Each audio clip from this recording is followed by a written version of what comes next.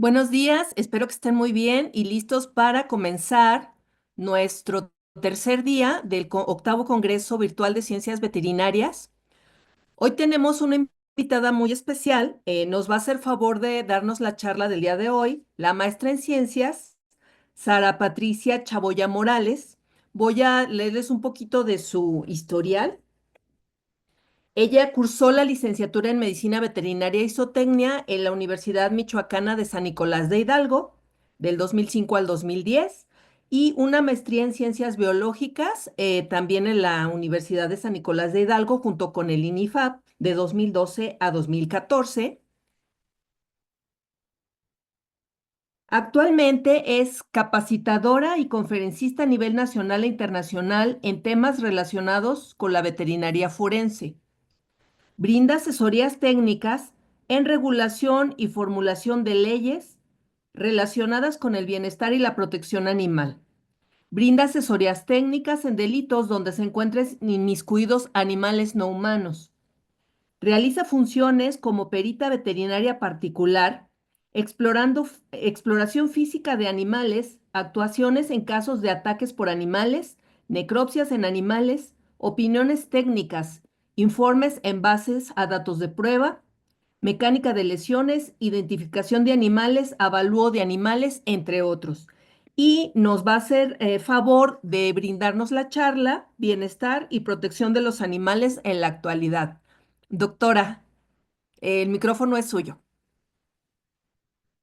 Muchísimas gracias, muchas gracias. Gracias a todos ustedes que están aquí presentes y obviamente a la Universidad Autónoma de Aguascalientes, a Proplan por todo este apoyo que nos han brindado para poder llevar a lo más que se pueda, ¿no? Llegar a lo más que se pueda este conocimiento que además hemos estado viendo todas las demás ponencias también excelentes, o sea, de verdad que son temas súper bonitos, súper interesantes y que tal vez están quedando un poco de lado alguno de ellos, que definitivamente pues debemos de tener más ahora sí, en contacto directo o más cercano, ¿no? Tenerlos presentes continuamente.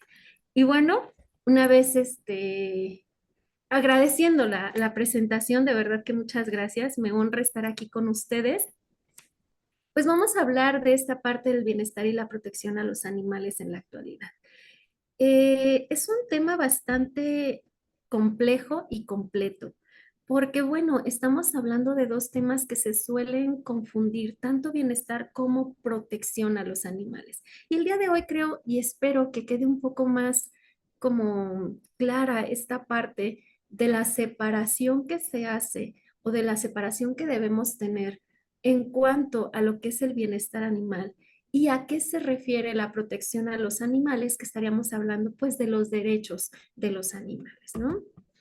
Que además de todo, pues si bien es un tema que ahorita está como un tanto en auge, realmente es un tema con mayor relevancia de la que tal vez se le ha connotado o se le relacionó en su momento. Vamos pues a entender la parte de bienestar animal. Creo que ya todos nosotros en algún momento hemos visto cómo es el bienestar animal o hemos tratado, sobre todo cuando estamos hablando en la licenciatura, se nos ha dicho mucho esta parte, ¿no? Del bienestar animal, de cómo deben de ser tratados, cuál es el entorno que debemos tener. Y vamos a definir entonces el bienestar animal como este modo en que un animal afronta las condiciones de su entorno, el cual está en buenas condiciones de bienestar si, de acuerdo a las pruebas científicas, se encuentra sano, cómodo, bien alimentado, en seguridad, puede expresar sus formas innatas de comportamiento y si no padece sensaciones desagradables de dolor, miedo o desasosiego. Y hago mucho énfasis en esta parte donde dice, según indican pruebas científicas. ¿Por qué hago mucho énfasis en esto? Porque finalmente van varias veces que me han preguntado o en varias ocasiones me han preguntado personas, doctora, pero es que ¿quién va a ser el que defina si se encuentran o no en bienestar los animales? Bueno, justamente por eso lo dice, porque es a través de pruebas científicas el que se tome en cuenta esta parte de si se encuentran sanos, si están cómodos, la alimentación, etcétera.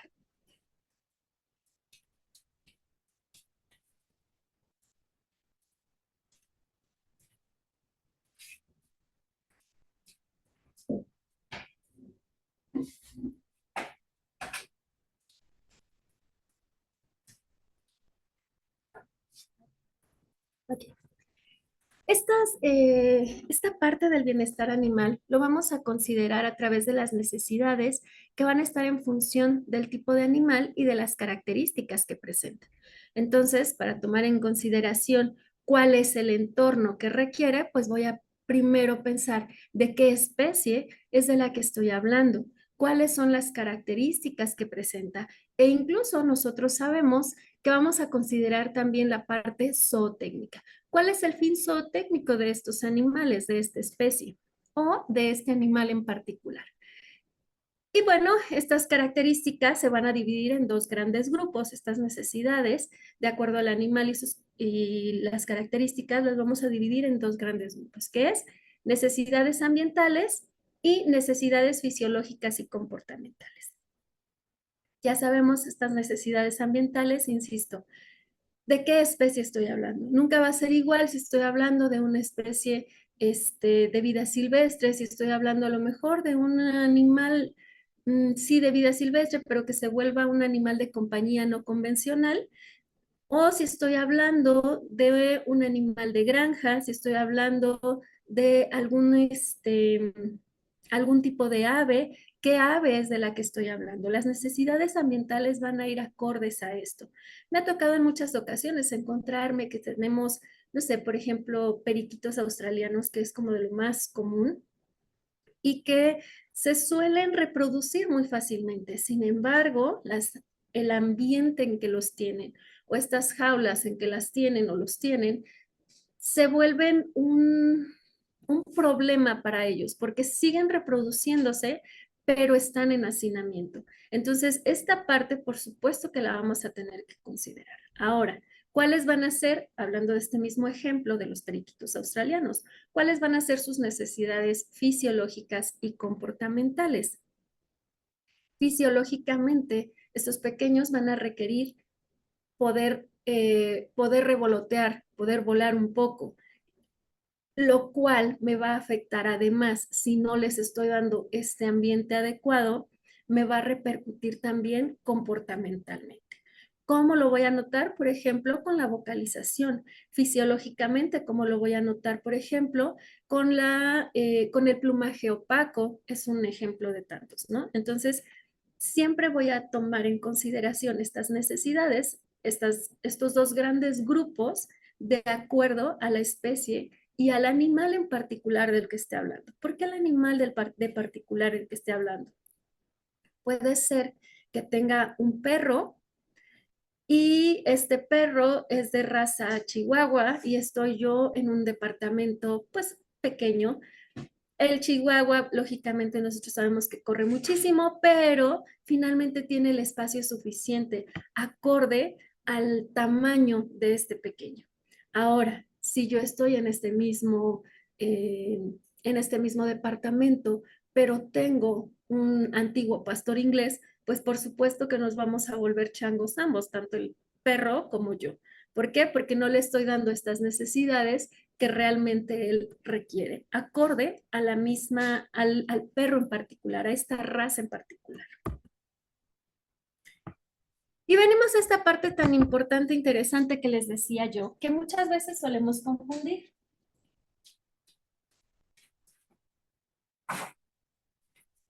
Esta parte donde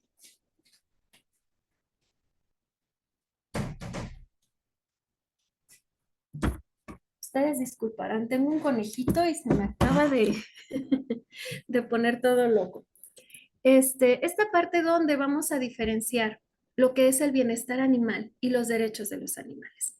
¿Qué es el bienestar animal? De acuerdo a la Organización Mundial de la Sanidad Animal, de la Salud Animal, nos dice que son todas estas directrices que describen las condiciones a las que están sometidos los animales cuando están bajo el control del hombre. Recuerdan que era lo que veíamos en la primera diapositiva, que hablábamos justo del bienestar animal. Pero muy importante especificar o tomar en consideración que se nos habla de estas directrices o estas condiciones a las que van a estar sometidos los animales que se encuentran bajo el control del hombre, pero vistas desde la ciencia.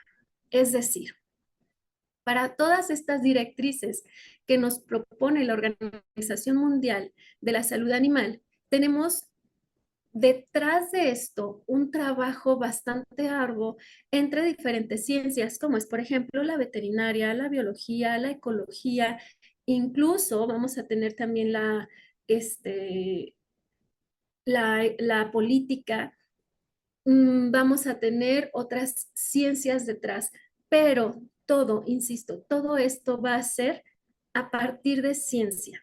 Ujú. ¿Por qué incluso la política o por qué la economía, por ejemplo? También es una ciencia que ha trabajado mucho en esta parte del bienestar animal. Bueno, todas estas ciencias van a analizar justamente cuáles son las condiciones idóneas para que los animales se encuentren de forma adecuada sin verse afectado o se afecte lo menos posible su propio comportamiento y su propia fisiología a partir del control del hombre, sin perjudicar, ojo, sin perjudicar o perjudicando también lo menos posible lo que es la economía, por ejemplo, la economía de un país. Nosotros sabemos que la economía de los países pues está basada finalmente en lo que es la agricultura, en lo que es la ganadería. Entonces, va a haber un cierto choque o va a haber cierta repercusión incluso en la economía del país. Es por esto que se juntan todas estas ciencias y dicen, ok, vamos a ver cómo debe de tratarse a los animales o cómo deben de ser las condiciones en que se encuentren los animales, buscando que estén lo mejor posible, pero afectando también lo menos al mismo humano. También en esto vamos a encontrar, por ejemplo, las enfermedades zoonóticas, que sabemos que son de mucha relevancia. ¿Qué vamos a tomar en cuenta entonces en este bienestar animal? Ya habíamos comentado, si se están describiendo las condiciones a las que van a ser sometidos los animales, pues vamos a tomar en consideración cuáles son las camas de los animales, por ejemplo, el tipo de jaulas que van a tener, cuando se hace la movilización de los animales, que finalmente también hay un control del hombre, cómo debe de ser idóneamente esta movilización, la nutrición de los animales, no nada más la alimentación para que no mueran de hambre, como alguna vez me dijo una persona, sino realmente nutrir a los animales, buscar lo mejor posible, que se encuentren cuando los estamos nosotros, pues ahora sí, resguardando y teniendo bajo nuestra protección, ¿no? Cosa distinta cuando estamos hablando de los derechos de los animales. Si bien es cierto, si bien es cierto que se basa en el bienestar animal, es importante que tomemos la diferencia. Derechos de los animales o protección a los animales justamente parte de la filosofía. De esta filosofía de proteccionismo, de querer protegerlos, esta filosofía humana que tenemos en cuanto a cómo debo de resguardar y procurar para que los animales no se vean afectados por el mismo humano. ¿De dónde parte esta filosofía de proteccionismo? Pues parte del hecho de que los animales pues son seres sintientes. Pero nótese que aquí no vamos a estar hablando realmente como tal de la ciencia en relación a cómo debe de ser la alimentación, cómo deben de ser las camas, sino en realidad es este sentir humano, esta protección del humano, en donde quiere acogerlos, porque finalmente entendemos que son seres que sienten dolor, que sienten angustia, que sienten también felicidad, por supuesto. ¿Y de dónde parte esto de seres sintientes? Pues de que tienen un sistema nervioso. Finalmente tienen un sistema nervioso central que es el que va a generar todas estas sensaciones. Ajá, de esto parte. Entonces, actualmente los animales dentro del derecho en la República Mexicana los vamos a encontrar como seres sintientes, ¿ok? Que sienten dolor. Se quiere o se busca, a partir de todas estas filosofías que se han generado por el proteccionismo hacia ellos, se busca que los animales sean vistos como sujetos de derecho. Esto, la verdad, sí es entrar en un tema bastante interesante, bastante complejo, porque hablar de sujetos de derecho, insisto, ya es hablar como tal de de nuestro constructo social.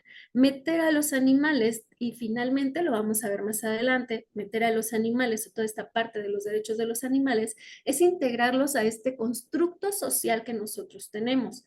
Ojo, diferente entonces cuando hablamos de bienestar animal, que es cómo van a ser las condiciones cuando los animales están bajo el control del hombre. Espero si se note un poquito esta diferencia, que finalmente cuando estamos hablando de los derechos de los animales es integrarlos a un constructo social, que sería el derecho. El derecho como tal, todas estas leyes, todas estas normativas que nos ponemos, que son hechas por el hombre y para el hombre, ¿no? Para el humano. Y bueno, en la actualidad, si bien todavía no se llega a que sean sujetos de derecho, porque yo insisto, es toda un, ahí sí meternos nuevamente a esta filosofía, vamos a entender simplemente que actualmente los animales en lo que es el derecho en la República Mexicana, los vamos a ver como un bien jurídico tutelado. ¿Qué significa esto? ¿Qué significa que sea un bien jurídico tutelado? Para que se considere un bien jurídico tutelado, vamos a entender que se trata de un, un bien del humano, algo con lo que cuenta el humano y que se encuentra legislado, que se encuentra dentro de las leyes protegido. Un ejemplo para entendernos un poquito mejor, un ejemplo de un bien jurídico tutelado o de un bien jurídico tendríamos algo tan abstracto como la libertad.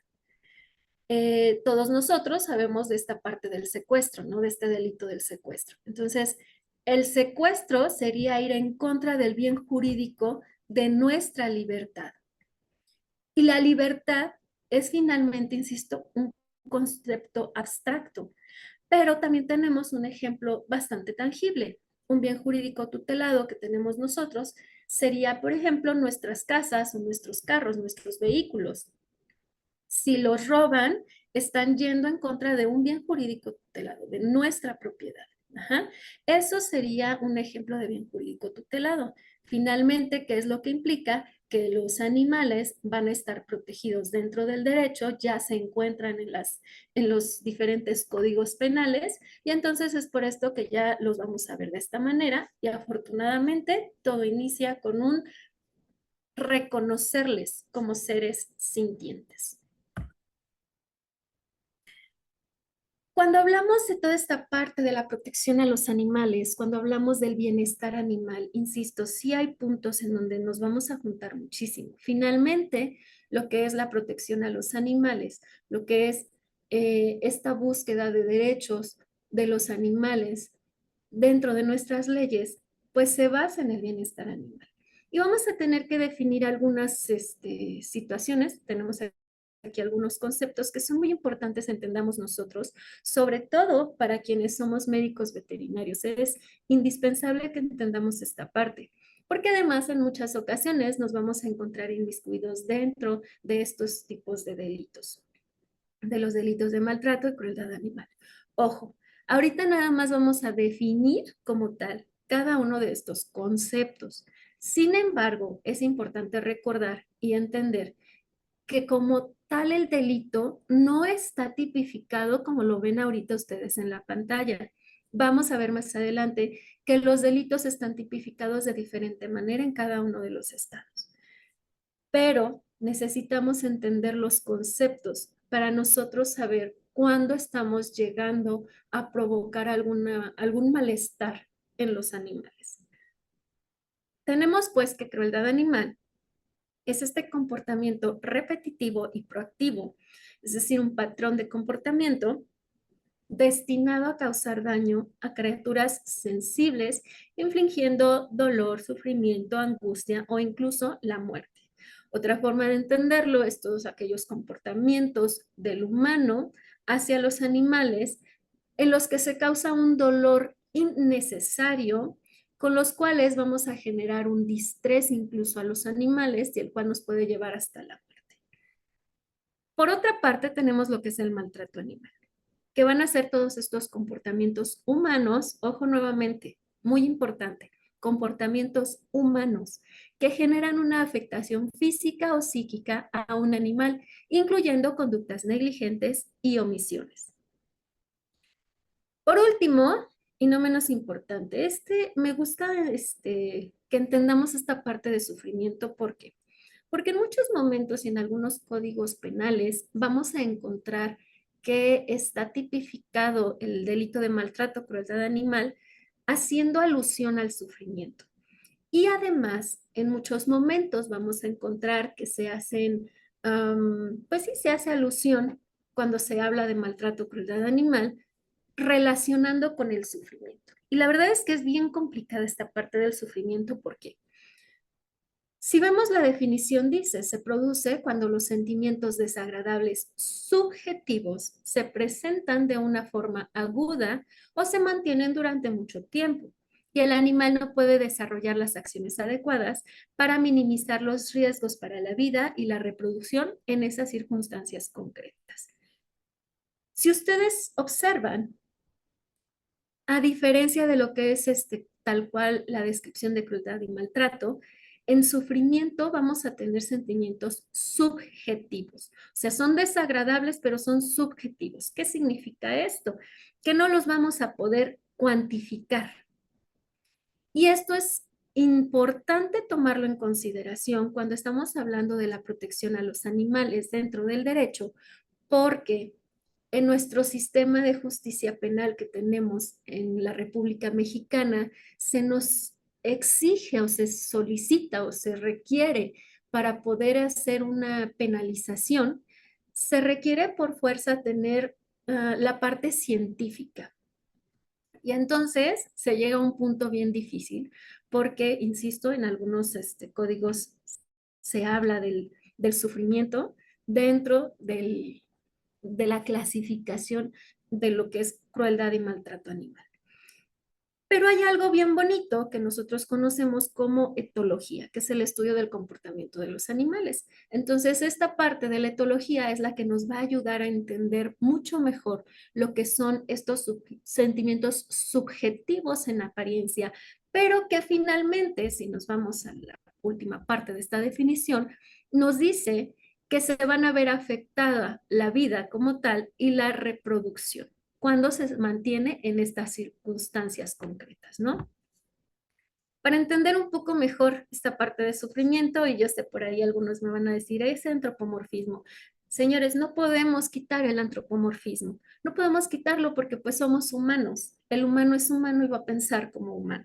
Entonces, para entendernos un poco mejor sobre sufrimiento, llega un punto en la vida donde yo creo que todos nosotros ya hemos pasado alguna situación sentimental, alguna ruptura, ¿no? Una ruptura amorosa. Y entonces, para entender esta parte del sufrimiento y de estos sentimientos desagradables subjetivos, yo les digo, es como cuando acabas de terminar con tu pareja. Y entonces llevas un tiempo de duelo, ¿no? Y en este tiempo de duelo, pues tú estás pensando en que qué hice mal o por qué hizo, o mil y un cosas pasan por tu cabeza. Y entonces en este momento que tienes estos sentimientos desagradables, pues estás generándote un sufrimiento internamente.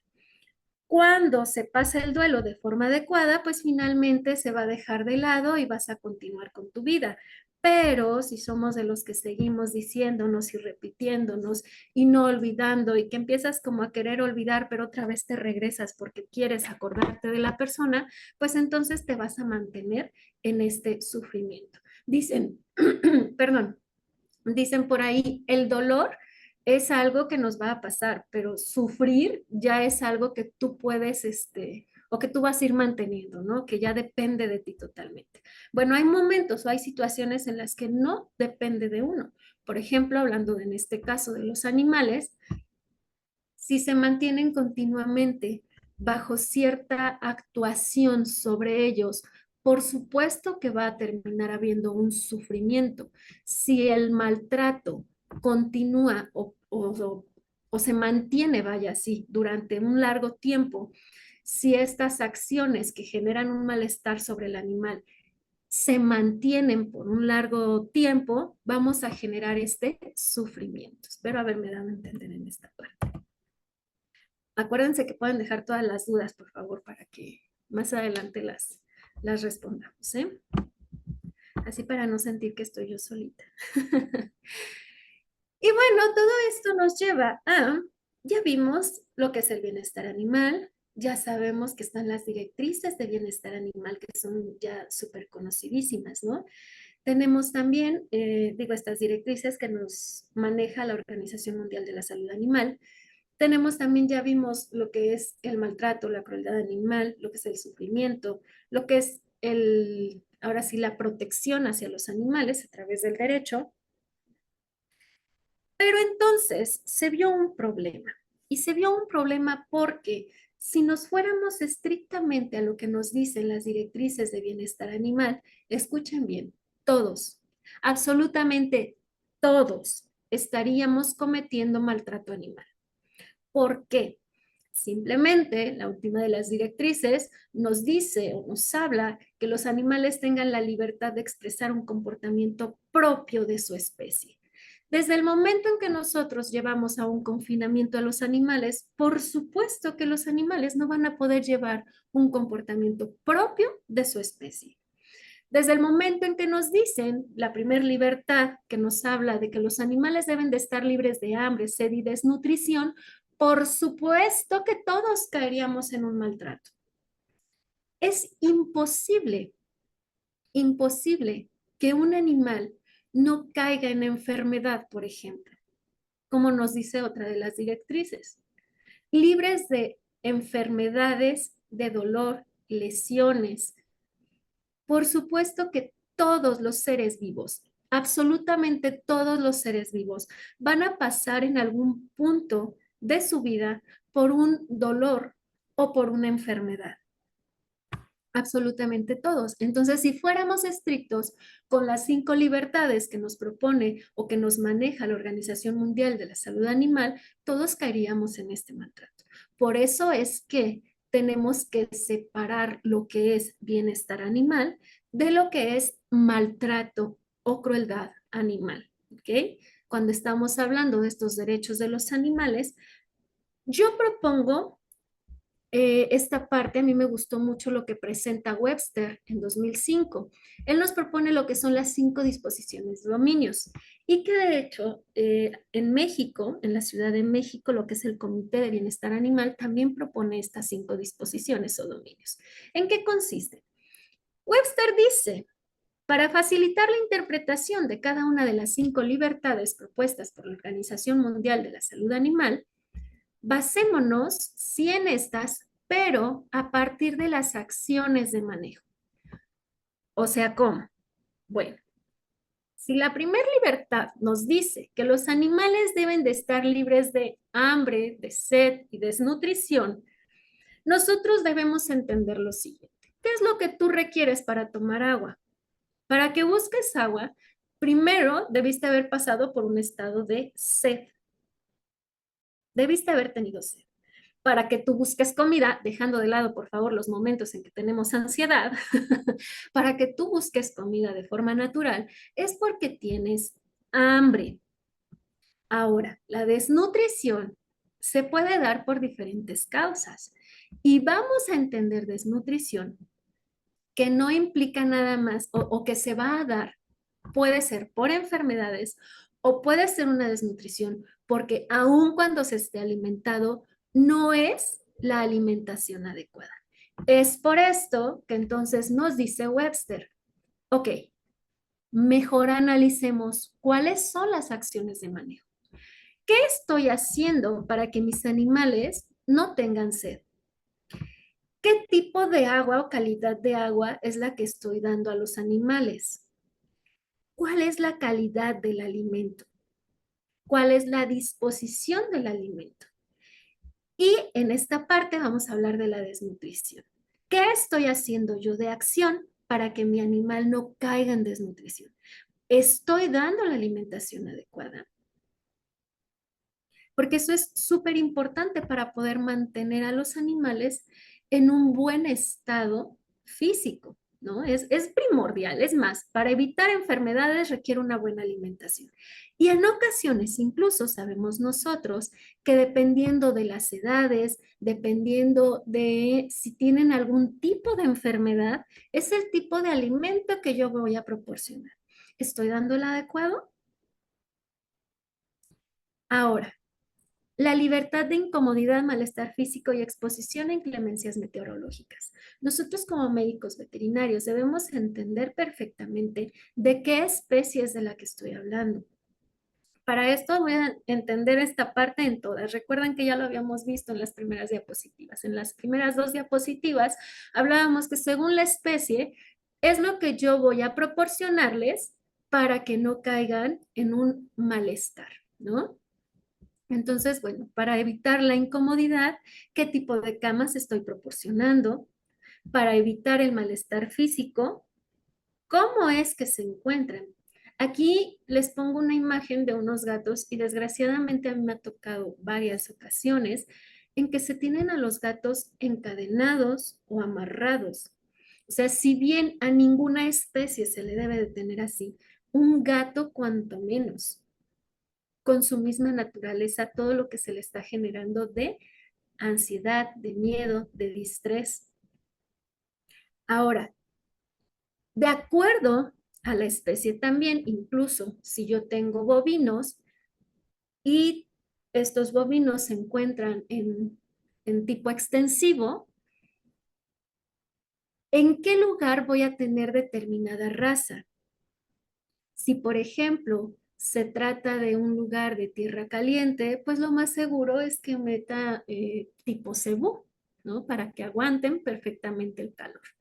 Y así me voy a ir con cada una de las especies. Sabemos también que existen algunas razas de bovinos que jamás me van a aguantar el calor y mantenerlas, estas razas, en un lugar de calor solo porque a las personas se les ocurrió que querían este, un animal de leche, ¿no? Con propósito de leche, pues entonces seguramente, cuando no son de doble propósito, en un lugar de tierra caliente, seguramente las voy a tener en un estrés continuo y, por supuesto, bajo dolor, lesiones y enfermedades. ¿Por qué? Por esta misma exposición a inclemencias meteorológicas.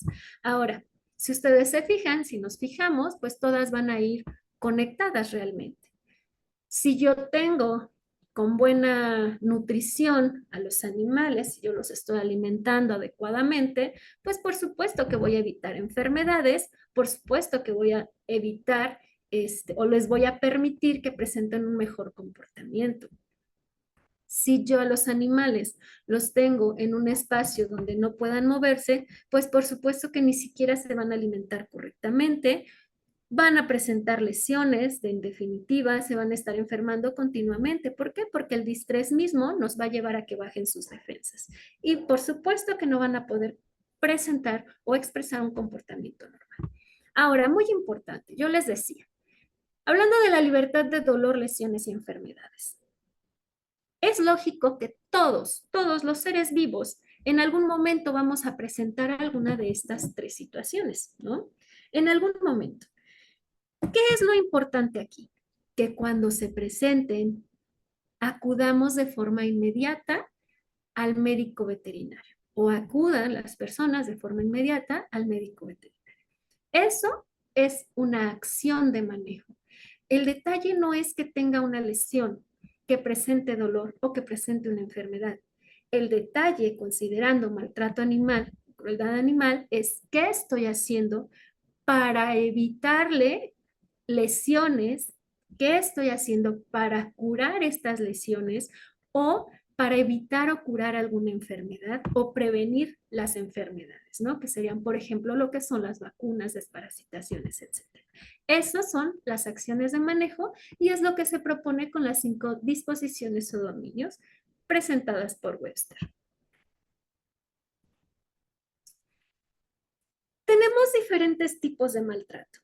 Vamos a encontrar maltrato físico, maltrato psíquico, maltrato pasivo y crueldad. Si ustedes se fijan, todos estos van muy de la mano con estas 5 disposiciones. De hecho, insisto, todo lo que es protección a los animales, hablando de maltrato, crueldad animal, efectivamente van a estar basados en las directrices de bienestar animal. Ojo, insisto, basados. ¿Cuándo voy a presentar o cuándo voy a hablar de un maltrato físico? Vamos a hablar de un maltrato físico, por ejemplo, cuando estamos con animales que no tienen un entorno adecuado, Ya decíamos, cuando se encuentran encadenados, cuando están bajo intemperies sin un lugar en donde puedan resguardarse, cuando los tenemos, por ejemplo, hablando de caballos, es algo que se da muchísimo, que luego en las caballerizas, en algunas, no en todas obviamente, pero en algunas, no se tiene el cuidado de los alambres, enrollarlos adecuadamente, ¿no? Se empiezan a deteriorar, eso es lógico, con el tiempo todo se va a deteriorar, pero en lugar de reparar, los dejan en esa forma y nos han tocado muchísimos caballos que presentan lesiones a causa de esto. Entonces, ese sería un maltrato físico. ¿Por qué? Porque finalmente el entorno es el que no está de forma adecuada. ¿Cuál otro va a ser un maltrato físico? Maltrato físico, por ejemplo, vamos a tener cuando no se da la alimentación adecuada, cuando no se les da de comer, no se les pone agua, los tienen en el sol y no hay agua en donde puedan refrescarse. O incluso algo que yo les digo mucho a las personas. A ver, si tú tienes sed porque hace muchísimo calor, ¿te vas a ir a tomar agua caliente? Por supuesto que no. Ocupas agua fresca. Generalmente nos toca ver cuando hay un maltrato que a los animales les dejan el agua directamente en el sol. Un agua que tú la tocas y está lista para el caldo o para el té. Entonces, pues esa no nos va a servir para refrescar y para disminuir la temperatura que está aumentando lógicamente por el calor. Maltrato psíquico. ¿Cuándo vamos a hablar de un maltrato psíquico? Vamos a hablar de un maltrato psíquico, por ejemplo, esta parte, y vamos a ver otra vez que están muy relacionados unos con otros y que en ocasiones vamos a tener varios tipos de maltrato en un mismo animal. Maltrato psíquico sería cuando los tenemos encadenados. ¿Por qué? Porque no les permitimos un comportamiento propio de ellos. Cuando los mantienen en las azoteas, se trata de un abandono finalmente. Hablando de los perros, estar en las azoteas finalmente va a ser un abandono. Cualquier otro tipo de abandono que sería en la calle directamente, que sería, por ejemplo, en estos predios que los dejan para cuidarlos, o nos ha tocado muchísimo incluso casas que están deshabitadas y dejan ahí a un perro para que cuide la casa. Lo malo es que los van a visitar estos perros cada 4 días, una vez a la semana, y pues lógicamente estamos generando tanto maltrato físico como maltrato psíquico, ¿no? Algo muy importante, hablando del maltrato psíquico. Recuerdan que ya habíamos hablado las diferentes especies. ¿De qué especie estoy hablando? Sabemos que hay especies que sí pueden estar solas, que incluso son solitarias, ¿no? Y no va a pasar nada, que pocas veces en su vida a lo mejor van a estar en contacto y nada más es para la reproducción y vale. Pero tenemos muchas otras y en general tienden a ser los animales de compañía, que son seres sociales, igual que nosotros. Y el detalle es que a los seres sociales, cuando se les deja solos, se genera una problemática directamente en su psique. Hay dos situaciones. Vamos a poner un ejemplo en donde se trata de animales de un rebaño, en donde uno de ellos se encuentra lesionado. Por supuesto que se va a tener que llevar una cuarentena, se va a separar a este animalito para poder curarlo, pero no se debe de dejar todo el tiempo solo al animal y separado. ¿Por qué? Porque dentro de esta sociedad que tienen ellos, dentro de este rebaño, él ya está siendo aislado por una razón. Entonces ya es rechazado en cierto modo por el rebaño y sobre todo si se tienen tiempos prolongados en este sentido. El mismo animal en su propia psique, por supuesto que ya hay una interpretación. Vamos a recordar que ya se han hecho muchos estudios en donde, bueno, los animales tienen esta acción cognitiva, entonces, bueno, tiene esta interpretación de rechazo del rebaño, ¿no? De la manada. Y entonces en estos rebaños, por ejemplo, sí se debe de separar, pero por un tiempo y luego regresar con el mismo rebaño, generar lo más pronto posible este retorno al rebaño justamente para que no haya estas problemáticas, tanto por parte del rebaño hacia él como él mismo en su psique. Ahora, si yo tengo un perro, por ejemplo, que son seres sociales y lo tengo en la azotea, volvemos a la parte del abandono, notan que normalmente se juntan maltrato físico y maltrato psíquico. Por supuesto que le estoy dando también una interpretación a ese animal. Lo estoy dejando totalmente aislado, no está en sociedad como está acostumbrado, y mientras él ve como otros sí están socialmente activos, él se encuentra separado completamente de la manada. Este va a ser un maltrato psíquico, ¿ok? Ahora, maltrato pasivo. ¿Cuándo voy a considerar un maltrato pasivo? Y aquí varios, varios a lo mejor se ven involucrados y dicen, ay, esa no la quería escuchar.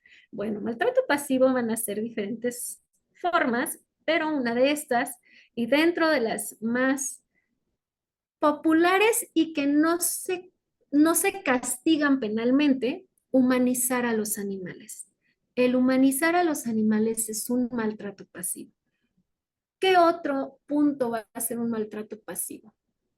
Maltrato pasivo, por ejemplo, cuando los animales están enfermos y no se hace nada por tratarlos. Ese también es un maltrato pasivo. Último punto de maltrato pasivo. Cuando un animal está enfermo y sin ser médicos veterinarios, tratan a los animales, les dan algún medicamento. Esto es muy común incluso cuando se tienen familias en donde mamá, papá o incluso ya hijos mayores están estudiando o ya son médicos o enfermeros, medicina de humanos o enfermeros. Y entonces se hace muy fácil dar ciertos tratamientos, pero olvidando que, bueno, estamos hablando de diferentes especies que no son humanas y que pues terminan dañándoles hígado, riñones o cualquier otra situación que se pueda haber afectado el animalito. Entonces, esto también va a considerarse como maltrato pasivo. ¿Por qué se dice pasivo? Porque va a ser omisivo. ¿Por qué humanizar sería un maltrato pasivo? Porque le estamos quitando al propio animal su protección. Estamos evitando el que puedan termorregularse como ya viene en ellos, el que puedan enfrentar un ambiente adverso como ya viene en ellos. Y ojo, no debe confundirse esto con llegar al maltrato físico. ¿A qué voy con humanizar? Y digo, finalmente todos en cierto modo humanizamos, porque todos nuestros animales de compañía suelen tener un nombre, ¿no? Ya desde ahí estoy humanizando. En muchas ocasiones se les pone ropita, eso pues sí, también es humanizar. Pero ¿cuándo va a caerse en un maltrato esta humanización? Decía o dice una etóloga muy querida por mí, dice ella, si la acción con la que estás humanizando al animal lo afecta, lo pone en estrés o le afecta de alguna manera físicamente, entonces por supuesto que ya estás cayendo en un maltrato. ¿Cómo sería esto? Am, Vamos a suponer que llevas a tu gato, lo llevas con correa. Hay gatos que sí lo permiten y que están tranquilos con la correa, que están acostumbrados, pero hay gatos que definitivamente no lo permiten, que se ve el estrés en el que van, o incluso esta ropita que los cubre a los animales, que les ponen el vestido, los disfraces, lo que tú quieras. Si esta ropa les está dañando, les está generando una afectación dermatológica, por supuesto que va a ser un maltrato pasivo, por muy monos que se vean. Otro punto que es humanizar y que ahí sí yo no, por más que estén supuestamente cómodos los animales, es una afectación el uso de zapatos. Los zapatos eh, están indicados en ciertas lesiones en almohadillas, están indicados cuando hay ciertas afectaciones incluso traumatológicas, están indicados cuando se trata de animales de trabajo que son de búsqueda y, por ejemplo, K9, sí, están indicados en ciertos puntos, pero no para traerlos con zapatos todo el tiempo.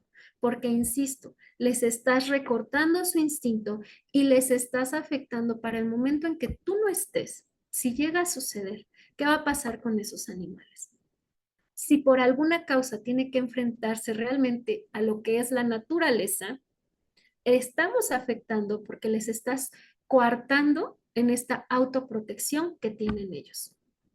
Y aquí es donde vamos a hablar un poquito del antropomorfismo. Insisto, intentamos o siempre vamos a pensar como humanos, eso es entendido, o sea, se entiende que pensemos como humanos, pero también hay que razonar científicamente como humanos, ¿no?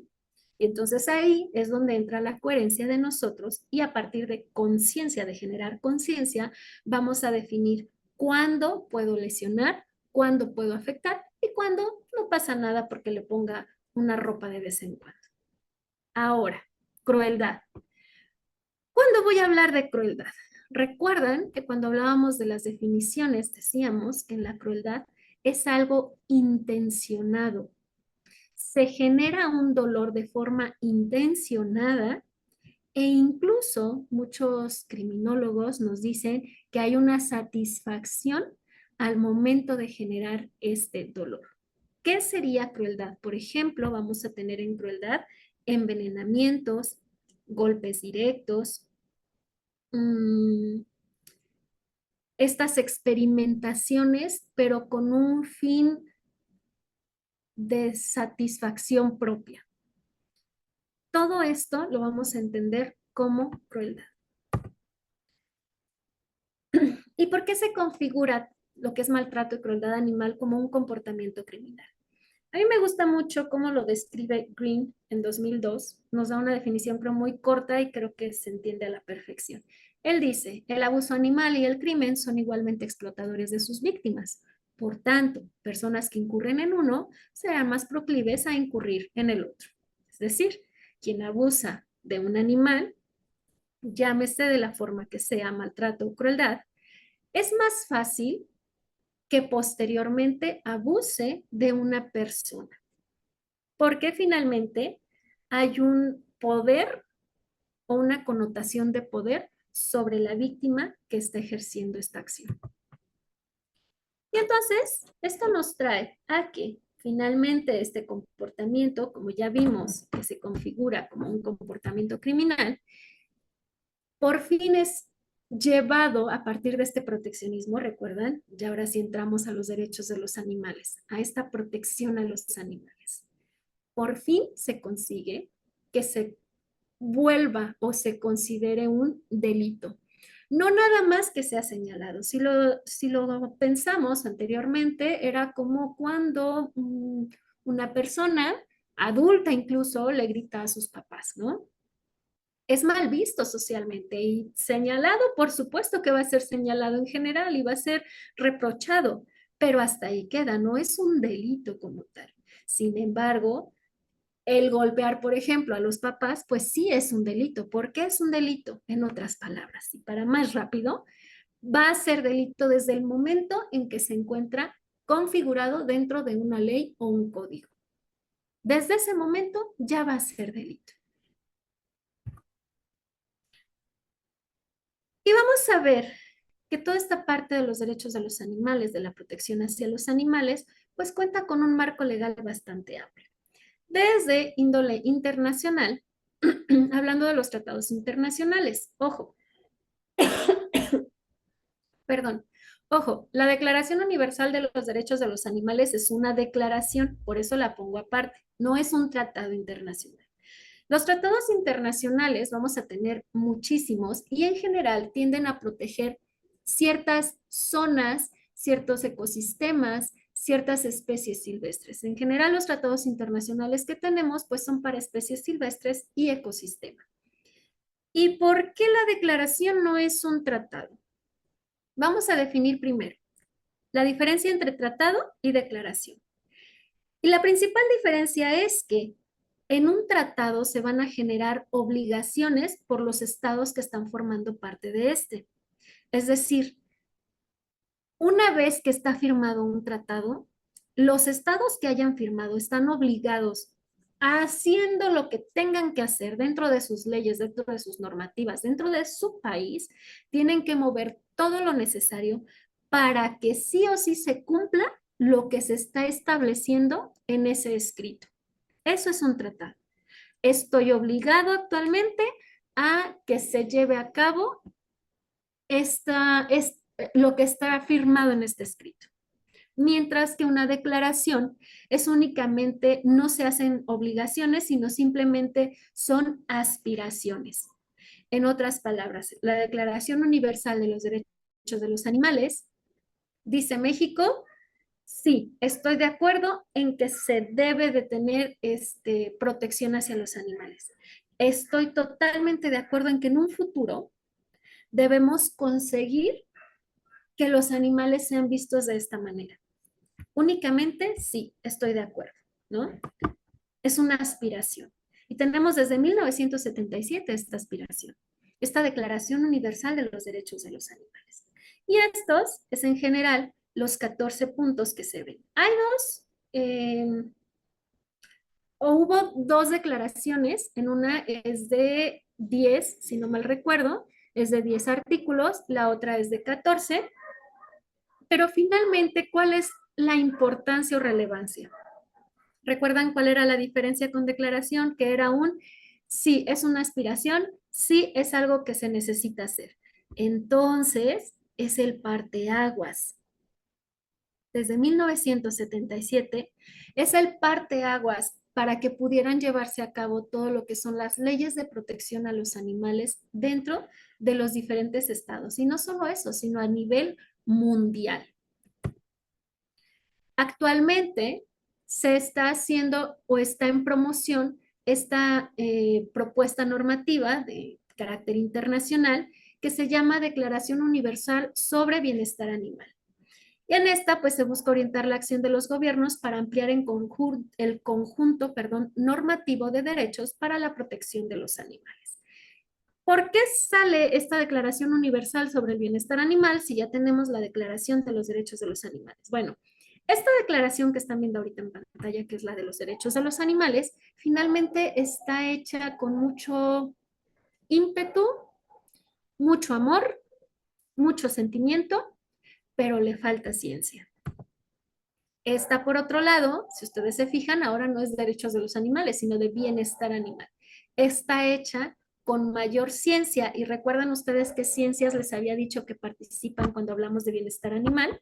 Yo les decía que incluso participan lo que es economía, política, entre muchas otras ciencias sociales. Es por esto que está buscándose ahora, a partir de la ciencia, conseguir esta declaración para que en su momento se vuelva un tratado internacional. Tenemos también un marco legal nacional. Y bueno, el marco legal nacional va a estar conformado por lo que es la Constitución Política de los Estados Unidos Mexicanos, las diferentes leyes federales y las normas oficiales mexicanas.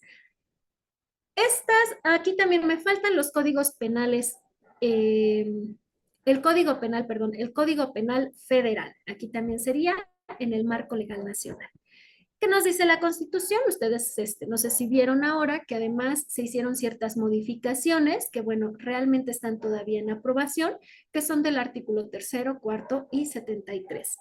En otras palabras, es buscar que se especifique, porque desde antes ya se tomaban en cuenta estos artículos para generar leyes de protección a los animales en los diferentes estados, pero actualmente lo que se quiere es que se especifique que sean leyes contra maltrato y crueldad animal, así como en la educación, que se brinde o se obligue a brindar educación dirigida al maltrato y crueldad animal, para evitar el maltrato y crueldad animal.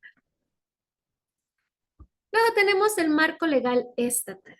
Dentro de este vamos a considerar lo que son los diferentes códigos penales estatales. En el caso de Aguascalientes, pues sería el Código Penal Estatal de Aguascalientes, lo que es la Ley Estatal de Protección para los Animales. Y debería de existir un reglamento de la Ley Estatal de Protección para los Animales. ¿Por qué un reglamento? Porque este reglamento es el que nos va a decir cómo realmente se va a llevar a cabo, cómo se va a regir esta ley. quiénes van a estar involucrados realmente. Aunque la ley ya nos maneja ciertas instancias, pero el reglamento nos especifica y nos establece otros puntos muy importantes. Hablando específicamente del estado de Aguascalientes, vamos a tener que sí cuenta con artículos de protección a los animales dentro de su código penal. Estos artículos son los que tienen en pantalla. El artículo 191 en su fracción 6 y nos especifica de la muerte o lesiones a un animal. Lo que es el artículo 191 nos habla de los atentados al equilibrio ecológico dolosos, pero específicamente la fracción 6 nos habla de lo que es la muerte o dar muerte a los animales o generar lesiones a un animal. También tenemos el artículo 191A. ¿Qué nos especifica este artículo? Este artículo habla de la participación en peleas de perros.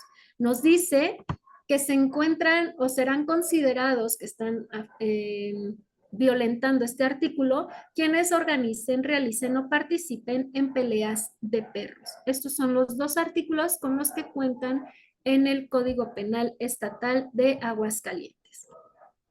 Ahora, Aguascalientes cuenta con una ley estatal de protección para los animales, sí, cuenta con ella. Es una ley bastante amplia, como todas las demás. Todas están basadas y fundadas, insisto, en lo que es la Declaración Universal de los Derechos de los Animales. Así es que, en otras palabras, va a hablar de todos estos artículos, incluyendo cuáles son los organismos de protección representados por gobierno, cuáles son las instancias o las instituciones que van a regular o que van a vigilar, que se van a encargar de vigilar que se esté llevando acorde a la Ley Estatal de Protección para los Animales las diferentes actividades. No cuenta con un reglamento de la Ley Estatal de Protección para los Animales y no cuenta con una fiscalía especializada. ¿Qué significa una fiscalía especializada?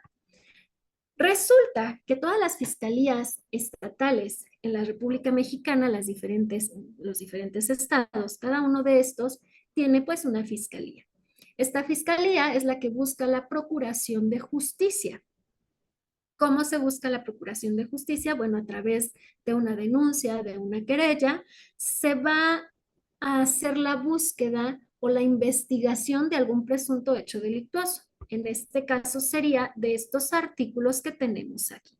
Si alguien presenta una denuncia, pues tendrá que ir a la Fiscalía General del Estado de Aguascalientes y tendrá que decir si, por ejemplo, envenenaron a algunos animales, tendrá que decir qué es lo que sucedió, ¿no? Que amanecieron fallecidos unos animales, que se sospecha fue por envenenamiento y Fiscalía tendrá que iniciar la investigación.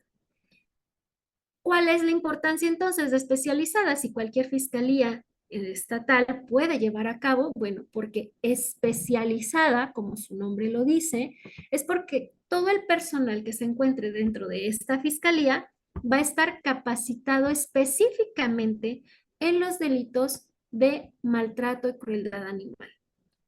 Eso es lo que nos hablan las fiscalías especializadas. El hecho de no contar con una, ¿qué implica? Implica que, lógicamente, hay muchos más delitos y si, por ejemplo, digo, no se trata de que ay, los animales valen menos, sino que seamos realistas. Si estamos hablando de un delito de secuestros o si estamos hablando de un delito, por ejemplo, de homicidio, por supuesto que van a tener que ir primero al del homicidio y posteriormente al de los perritos envenenados. ¿Qué implica esto entonces? Que se van a ir quedando y que es mucho más tardado el proceso para que salgan estos delitos o para que se les dé como la intervención completa en estos delitos. Espero haberme dado a entender y ojalá que haya un montón de preguntas. Luego tenemos lo que es el marco legal local. En este marco legal local, ¿qué vamos a encontrar? Pues vamos a encontrar nuevamente las leyes municipales, ojo, municipales de bienestar animal, reglamentos de estas leyes municipales, reglamentos de los centros de atención, de control animal, de bienestar animal. Hasta hace poco, todavía contábamos con una norma oficial mexicana que nos hablaba de los centros de control canino. Actualmente ya no. Se deroga esta ley, se deroga, y entonces se quedan pues todos los centros caninos a expensas de tener un reglamento. ¿Por qué les manejo siempre esto? Es súper importante que nosotros voltemos a ver nuestro propio municipio y busquemos si en verdad cuenta con todo esto. Los centros de atención animal, control animal, bienestar animal, centros caninos u homólogos, es decir, todos estos son lo mismo, nada más que en cada municipio cambian y en cada región cambian. Es importantísimo que cuenten con un reglamento, ya que este reglamento va a decir incluso cuánto tiempo pueden estar dentro los animales que son llevados de la calle, que se encontraban en situación de calle, son llevados a este centro, cuánto tiempo pueden permanecer antes de la eutanasia, cómo van a ser realizadas las eutanasias, quiénes van a ser el personal con que cuente estos centros, quién va a estar a cargo de estos centros. Entonces es importantísimo, vital, que si les interesa todo lo que es la protección a los animales, volteemos a ver primero que nada esta parte, porque con esto vamos a ayudar muchísimo. Y va a ser el primer punto antes de querer brincarnos hasta lo que son las leyes federales. Porque me pasa mucho que la gente me dice, es que debe de haber más leyes. Momento, vamos a empezar por lo más bajo. ¿Por qué? Porque los cimientos tienen que estar desde abajo, ¿no? Y bueno, esta, esta diapositiva es para entender un poco mejor lo que son las leyes dentro de nuestro país. ¿Por qué es importante las leyes dentro de nuestro país? Pues porque finalmente a partir de estas es que vamos a poder hablar de la protección hacia los animales. Es a partir de ellas que vamos a poder determinar qué es lo que le falta al país y en dónde voy a puntualizar, ¿no? Incluso es vital para nosotros porque debemos saber cómo defendernos, quién nos defiende, qué es lo que debo hacer en caso de que yo sepa de un maltrato, crueldad animal o incluso qué es lo que está sucediendo si a mí me están denunciando por maltrato, crueldad animal. Y no solamente va a ser por la situación en que tenga a mis animales, el entorno, sino siendo médicos veterinarios, puede ser que nos llegue por negligencia médico-veterinaria, es decir, por responsabilidad profesional. ¿Okay? Ese sería el delito, por responsabilidad profesional y técnica.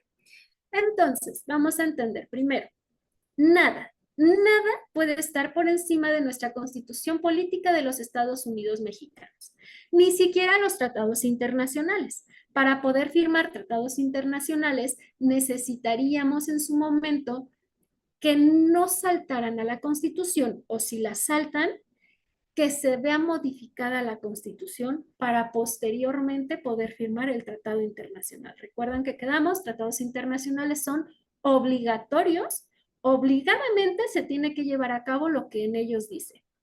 Imagínense si dentro de la Constitución va en contra, o este tratado internacional va en contra de la Constitución, por supuesto que no se va a poder firmar. Y de hecho eso es lo que pasó con lo que son los derechos de los animales. ¿Por qué? Sí se quiso que fuera un tratado internacional firmado por México, sin embargo, resulta que va en contra de muchos derechos humanos. Así es que no puede firmarse si está por encima de los derechos humanos ya establecidos en la Constitución. Cosa aparte, los derechos humanos, que son un tratado internacional ya, en su momento incluso tuvo que modificarse de alguna manera la Constitución para poder firmar este tratado. Y así lo vamos a tener con muchos otros tratados, ¿ok? Muy bien. Entonces ya quedamos. Nada puede estar por encima de ella y muy importante, y si lo notaron, hablé de los derechos humanos, porque me ha pasado que por querer proteger a los animales, por este amor hacia los animales, nos andamos brincando a casas, nos andamos saltando porque pobrecitos, y pues, ¿qué creen? Terminamos violentando derechos humanos y terminamos cayendo en otros tipos de delitos. Luego tenemos leyes federales, como por ejemplo la Ley General de salud animal, la ley federal de vida silvestre, la ley general de salud, que aunque no parezca, nosotros sabemos como médicos veterinarios, van muy a la mano considerando las enfermedades zoonóticas, perdón, las enfermedades zoonóticas, ¿ok? Entonces es muy importante esta parte. Tenemos diferentes normas oficiales mexicanas. De normas oficiales mexicanas, de verdad es increíble la cantidad de normas que tenemos. Antes de decir, es que debería de haber una ley para tal o cual situación, hay que voltear a ver las normas oficiales mexicanas y más como médicos veterinarios, porque hay más de las que creemos y nos rigen de forma muy específica, nos dicen cómo se deben llevar a cabo las acciones para determinada actividad. Ejemplo de una norma oficial mexicana que hasta el momento la mayoría desconocía. Esta norma oficial mexicana que nos habla de la movilización humanitaria de los animales. Ojo, no estoy hablando solo de las normas oficiales mexicanas que nos hablan de todas estas zoonosis que se deben de prevenir al momento de la movilización y por tanto toda la documentación que debe de ir con los animales. No, ojo, estoy hablando de una norma oficial mexicana que nos habla del trato humanitario al momento de la movilización de los animales. Importantísimo. Y aquí yo estoy segura de que casi nadie la hemos leído y siempre se los digo, porque si fuera así, no traeríamos a los animales en las bateas, hablando específicamente de los perros. No irían en las bateas de las camionetas o en la caja de la camioneta, porque esta norma oficial mexicana no se especifica esa parte. Incluso hablando de perros y gatos, cómo deben de ser movilizados de forma humanitaria. Nos habla también de todas las especies silvestres y tenemos muchísimas normas oficiales mexicanas que de ley debemos conocer. Por ejemplo, la NOM 033, ¿no? La NOM 033 que nos habla de cómo debe realizarse la eutanasia en cada una de las especies animales. Y podríamos seguir por ahí con muchas, como es la NOM 059, que nos habla, pues, lógicamente de los animales, de las especies silvestres que no deben de ser, ahora sí, que no son de compra-venta, ¿no? La NOM 059 Semarnat, y que nos dice, también tenemos los anexos que nos dicen cuáles especies están en qué categoría de riesgo. Luego de estas normas y leyes que es importantísimo tener en consideración, vamos a tener el Código Penal Federal. El Código Penal Federal, como su nombre lo dice, nos habla de penal. ¿Qué significa penal? Penal implica que hay una probable privativa de libertad. Es decir, que podemos irnos a la cárcel si no hacemos caso a lo que viene dentro de sus artículos, si vamos en contra de alguno de sus artículos. Y, importantísimo de todas estas, pues que son de índole federal, es decir, en toda la República Mexicana deben cumplirse las indicaciones o los mandatos de estas leyes, normas o códigos. Luego tenemos los códigos penales estatales. En el caso de Aguascalientes, pues el Código Penal Estatal de Aguascalientes. A pesar de que en los diferentes estados tenemos artículos, el único estado que no cuenta con artículo de protección dentro de su Código Penal para los animales es el estado de Chiapas. Fuera de ahí, todos los estados de la República cuentan con artículos de protección para los animales en su Código Penal estatal. Sin embargo, cada uno de estos va a ser diferente el cómo maneja el maltrato y la crueldad. Algunos, como por ejemplo Aguascalientes, igualan lo que es maltrato y crueldad. Otros, por ejemplo Michoacán, separan lo que es el maltrato y la crueldad animal. Después de esto, insisto, obvio, fíjense aquí, dice penal, mucho ojo, penal. Entonces estamos hablando que lo que está dentro del Código Penal Estatal, que ya se los mostré en su artículo 191, fracción 6 y 191A, nos habla de los delitos de maltrato, crueldad animal, y si está en el Código Penal implica que hay una probable privativa de libertad, o sea que pueden ir a la cárcel o puede quedar en multa. Ahí va a depender de lo que indica el juez. Por último, vamos a ver lo que son leyes y reglamentos municipales, así como también yo aquí pongo el Código Civil. ¿Por qué pongo el Código Civil? Porque a pesar de que tenemos un Código Civil federal, que tenemos un Código Civil estatal, finalmente son de índole administrativo. ¿Qué significa administrativo? Significa que lo máximo que te pueden retener son 72 horas. No puedes estar más tiempo dentro de la cárcel, a menos que el delito cometido pase a ser dentro del Código Penal Estatal, ¿ok?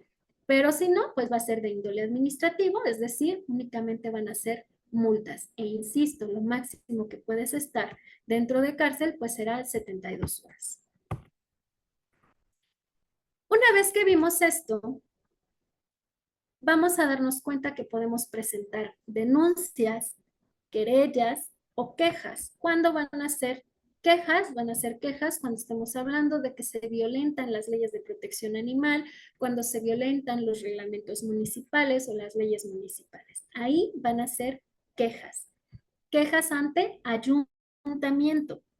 Cuando estamos hablando de Código Penal Estatal, Código Penal Federal, estamos hablando de denuncias o querellas.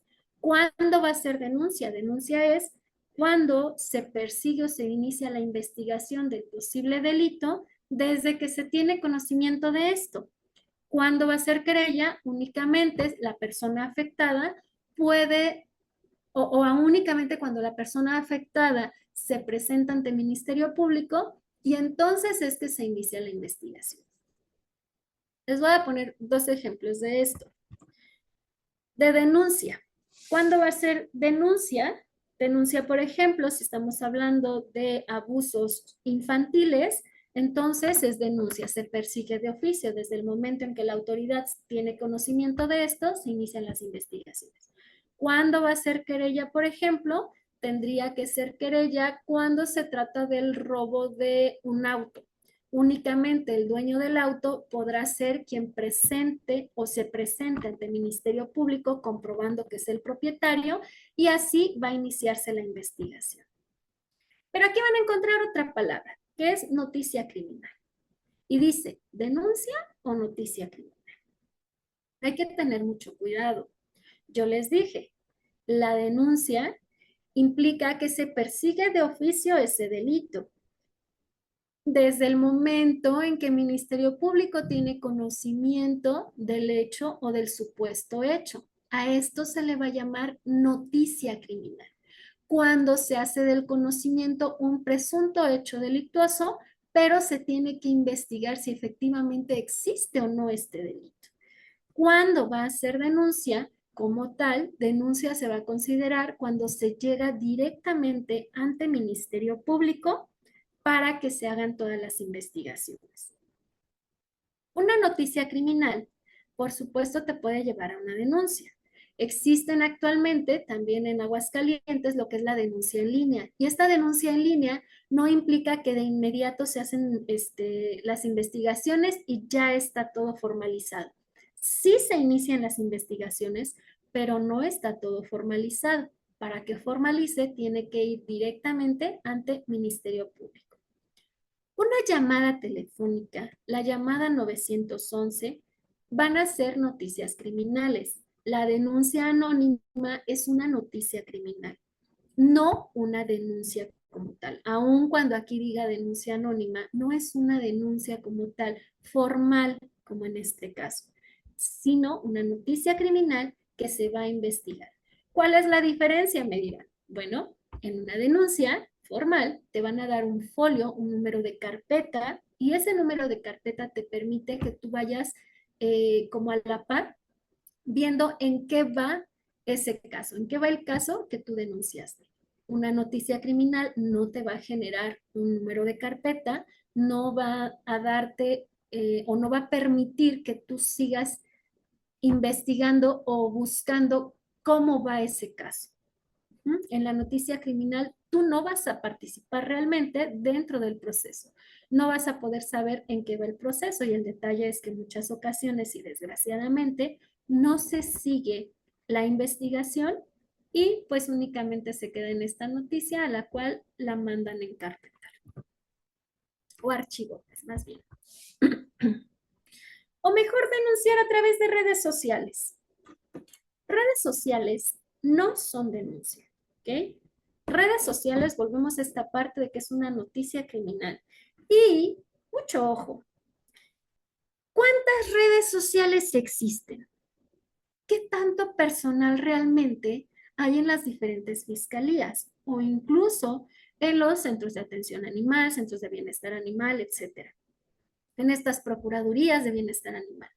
¿Cuánto personal se cuenta como para que puedan estar revisando todas las redes sociales? ¿Qué es lo que generan las redes sociales? En realidad, las redes sociales, si bien van a generar una noticia criminal que puede o no llegar a las autoridades, ojo, muy importante, puede o no llegar a las autoridades. Diferente a cuando llamas a 911, cuando llamas al 089, bueno, ahí cuando menos sabes que es directo a la autoridad, pero acá no llega a las autoridades. Puede o no llegar. Pero además de todo, nosotros sabemos que detrás de una computadora, detrás de un aparato electrónico, se pueden decir mil cosas. Y nos ha pasado muchísimo que realmente la gente está enojada, traen un pleito familiar, traen un pleito con la expareja, etcétera, y ahí se agarran, o los vecinos, y se agarran para decir mil y un cosas. Y desgraciadamente, violencia genera violencia.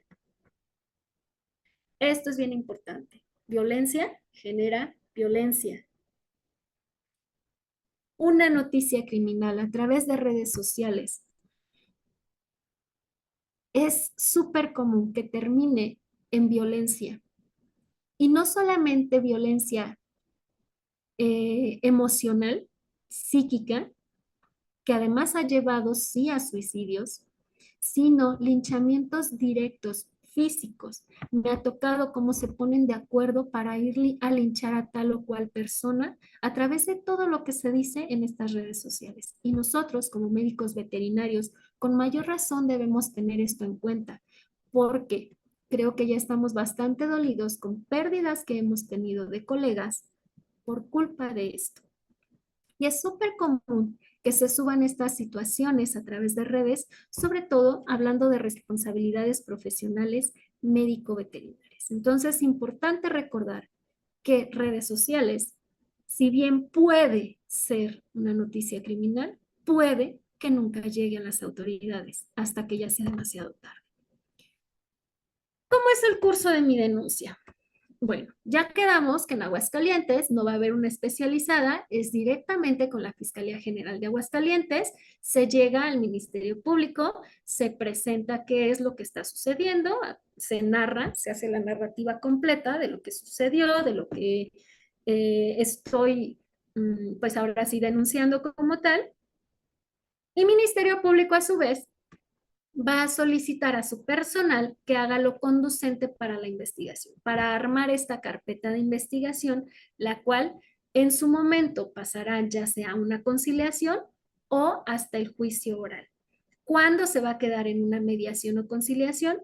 Bueno, los delitos de maltrato, crueldad animal, en realidad son mediables, son delitos menores, en las leyes al menos, y por tanto se puede pasar a mediación. ¿Qué significa esto? Las partes involucradas van a llegar a un acuerdo reparatorio en donde puede ser, vamos a suponer que se trata de maltrato animal, que Juan tiene en muy mal estado a su perrito y David decide denunciar a Juan. Juan tiene a su perro en la azotea, a la intemperie, sin agua, sin comida y no está deslindada su azotea. Así es que aparte de todo se puede caer el perro. David le dice a Juan, mira Juan, no te voy a pedir dinero, solo quiero que cambies las condiciones en que se encuentra tu perro. Y dice Juan, es que no tengo el dinero para deslindar, no tengo el dinero para las vacunas, no tengo el dinero. Y dice el mediador, ¿qué les parece si le damos un tiempo de 3 meses a Juan? Y David dice, está bien, mira Juan, te doy chance. En 3 meses debes de tenerles deslindado, debes de tenerle con un lugar para que pueda cubrirse, Pero además debes demostrar que continuamente se está sacando a pasear a tu perro y que lo tienes lo más posible abajo, porque resulta que Juan no puede bajar al perro porque hay una persona que está muy, muy grave en la parte de abajo, en la casa, ¿no? Y entonces por eso no puede bajar. Ok, aquí hay dos opciones, que David diga, cámbiale las condiciones, sácalo a pasear diariamente, tienes que demostrarlo y quedamos bien. O que le diga, tienes 2 meses para dar en adopción al perrito a un lugar donde sí se encuentre en buen estado de salud.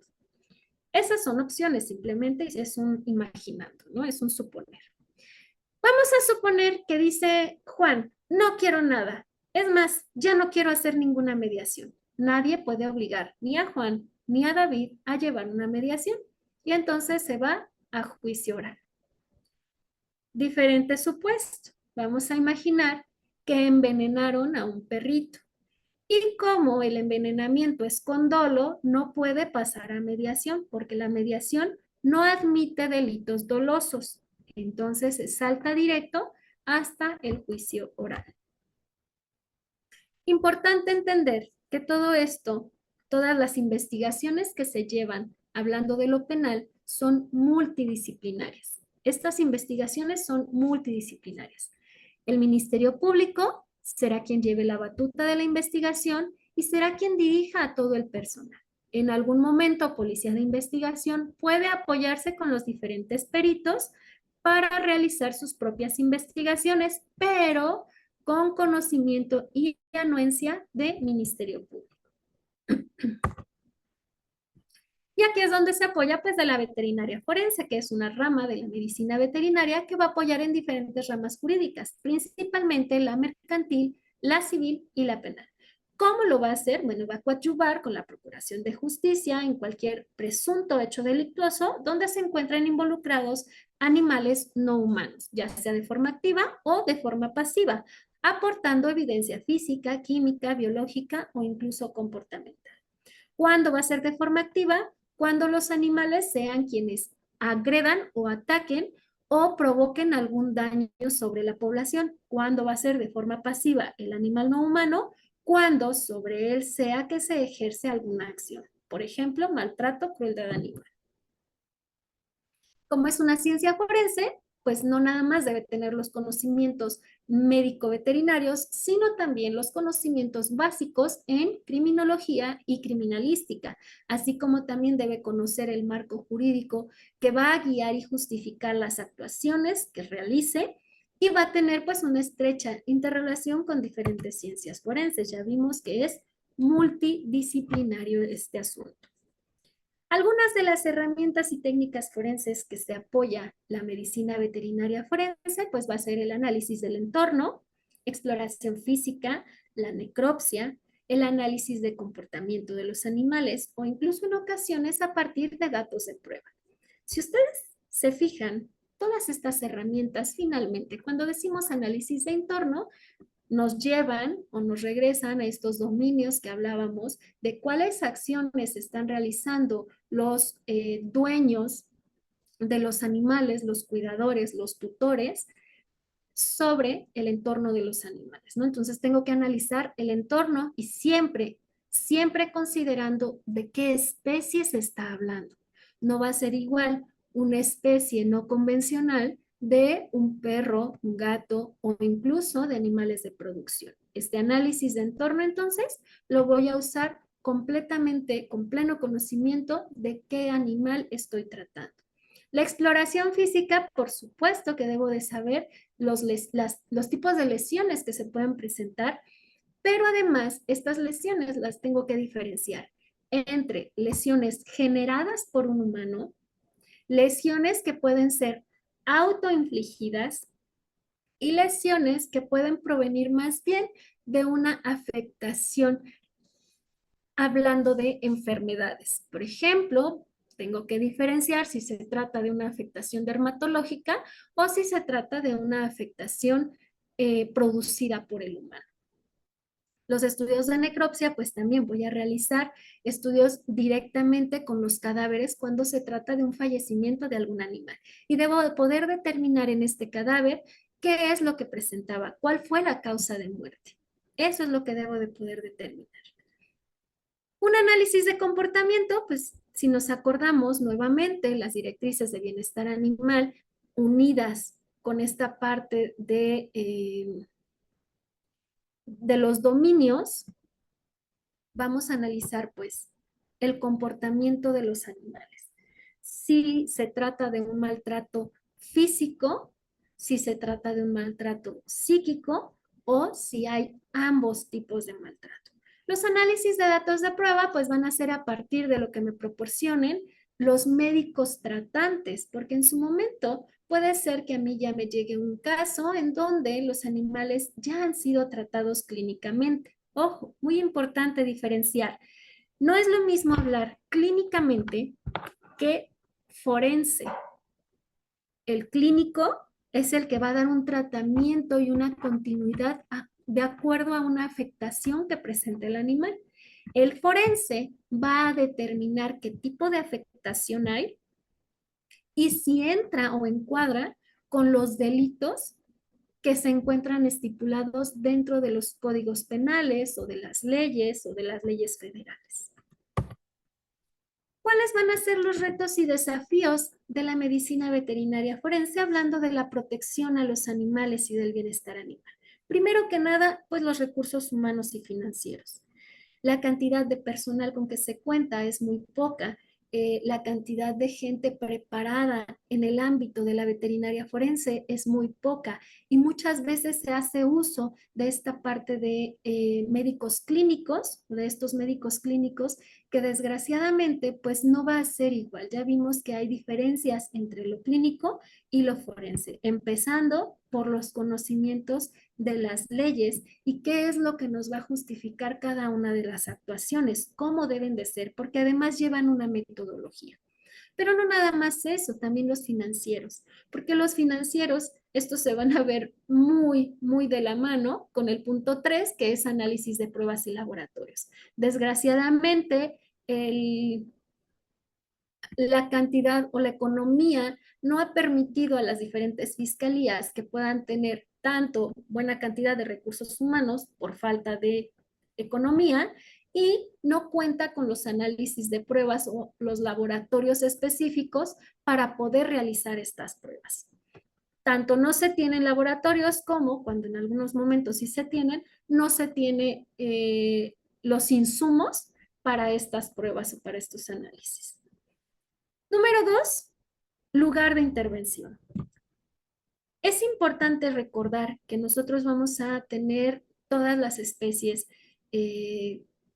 animales, o sea, se va a considerar a todas las especies. Entonces, este lugar de intervención puede ser tanto dentro de un domicilio, como puede ser a la intemperie, como puede ser una intemperie hablando de un lote baldío dentro de una ciudad, como puede ser a la intemperie hablando de un cerro, en donde además existe lo que es la fauna carroñera y pues lógicamente más rápido se va a quedar sin los indicios. Entonces es muy importante esta parte porque además no solo va a afectar la fauna carroñera, sino también chismosos del lugar. Y además de estos chismosos del lugar, pues las inclemencias, ¿no? Todo lo que es el clima. Si hay lluvia, si hay mucho sol, si hay mucho viento, nos van a ir quitando los indicios que podemos nosotros recolectar. Cuarto desafío, el manejo y almacenamiento de indicios. Porque una cosa es tener los indicios y otra cosa es dónde los voy a almacenar. ¿Qué tipo de almacenamiento se requiere? ¿Cuál es el manejo que se requiere? 5, manejo y resguardo de animales vivos. Este es súper interesante e importante. Y también se viene mucho con recursos financieros. ¿Por qué? Ok, ya tengo 5, no sé, 5 totuabas, 6 monos arañas, 10 perros y 4 gatos. ¿Y ahora dónde los llevo? O sea, sí, ya los saqué de algún lugar. Estaban en maltrato todos ellos. Incluso estoy hablando de especies silvestres que no son para mantenerse en compraventa, ¿no? No son de compraventa. Y entonces, ¿qué voy a hacer con todos ellos? ¿En dónde los voy a dejar o cuál va a ser mi lugar de resguardo? ¿Quiénes serán los resguardantes que se queden a cargo de ellos? Ocupo ahora personal, un recurso humano que realmente mantenga en buen estado a todos estos animales. 6. La corrupción.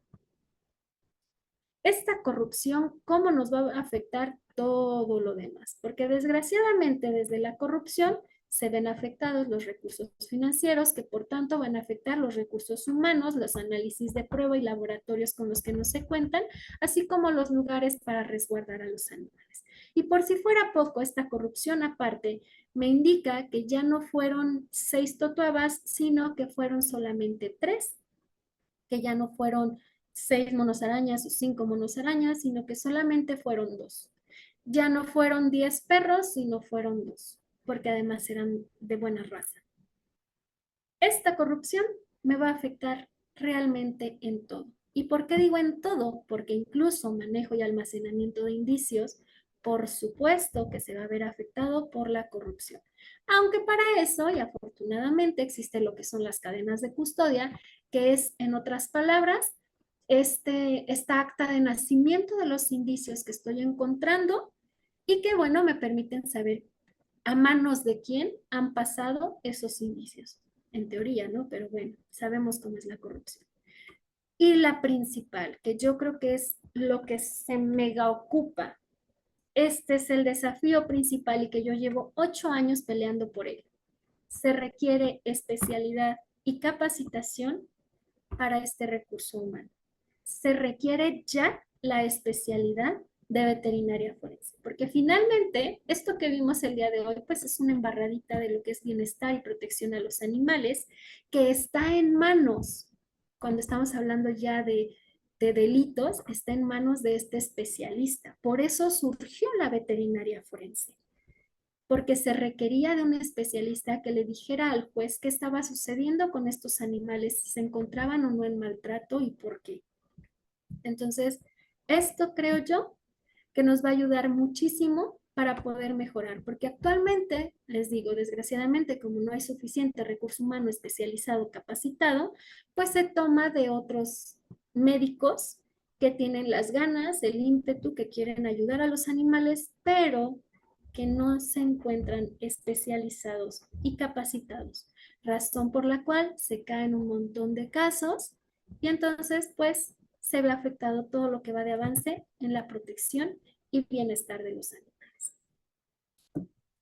Ahora sí, hasta aquí sería, no sé si, espero que haya un montón de dudas, porque yo dejé tiempo para muchas dudas. Quiero pensar que no estamos solos. Igualmente quedo a sus órdenes, cualquier cosa, aquí están todos mis datos, las diferentes redes sociales en las que me pueden encontrar.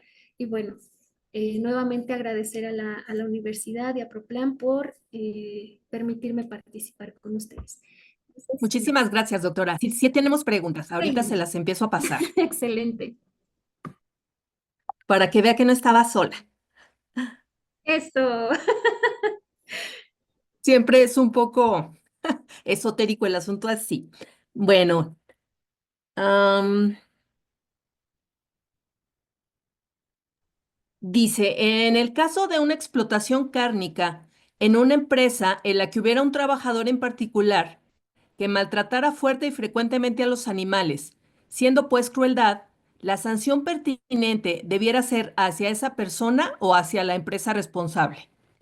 Definitivo hacia esa persona. Ahí nada más el punto es que la empresa tiene que tomar cartas en el asunto.